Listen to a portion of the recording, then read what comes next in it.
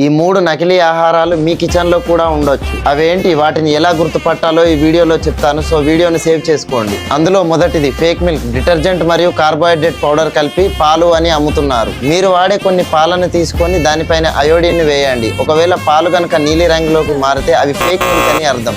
ఇక రెండవది ఫేక్ నెయ్యి. వనస్పతి మరియు కొన్ని ఫ్లేవర్స్ ని యాడ్ చేసి ఒరిజినల్ నెయ్యి లాగా అమ్ముతున్నారు. కావాలంటే ఒక స్పూన్ నెయ్యిని తీసుకొని వేడి చేసి చూడండి. అది గోల్డెన్ లిక్విడ్ లా కాకుండా బబుల్స్ వచ్చాయనుకోండి, అది ఫేక్ నెయ్యి అని అర్థం. ఇక మూడవది అయితే చాలా డేంజర్, ఫేక్ షుగర్. అసలు షుగరే డేంజర్ రా దేవుడా అంటే వీళ్ళు ఇండస్ట్రియల్ యూరియాని షుగర్ లో మిక్స్ చేసి అమ్ముతున్నారు. కావాలంటే కొంచెం షుగర్ ని తీసుకొని చల్లని నీటిలో వేసి చూడండి. లేట్ గా కరిగింది అనుకోండి, అది నిజమైన చక్కెర అని అర్థం. ఒకవేళ ఫాస్ట్ గా కరిగితే అది మాత్రం ఫేక్ షుగర్ అని అర్థం చేసుకోండి. ఇక ఇలాంటి నకిలీ ఆహారం రోజు తింటే లివర్, కిడ్నీస్, హార్మోన్స్ అన్ని డ్యామేజ్ అవుతాయి. కాబట్టి మీ ఇంట్లో ఉన్న ఈ 3 ఆహారాలు నిజమైనవా నకిలీవా ఖచ్చితంగా ఒకసారి చెక్ చేసి చూడండి.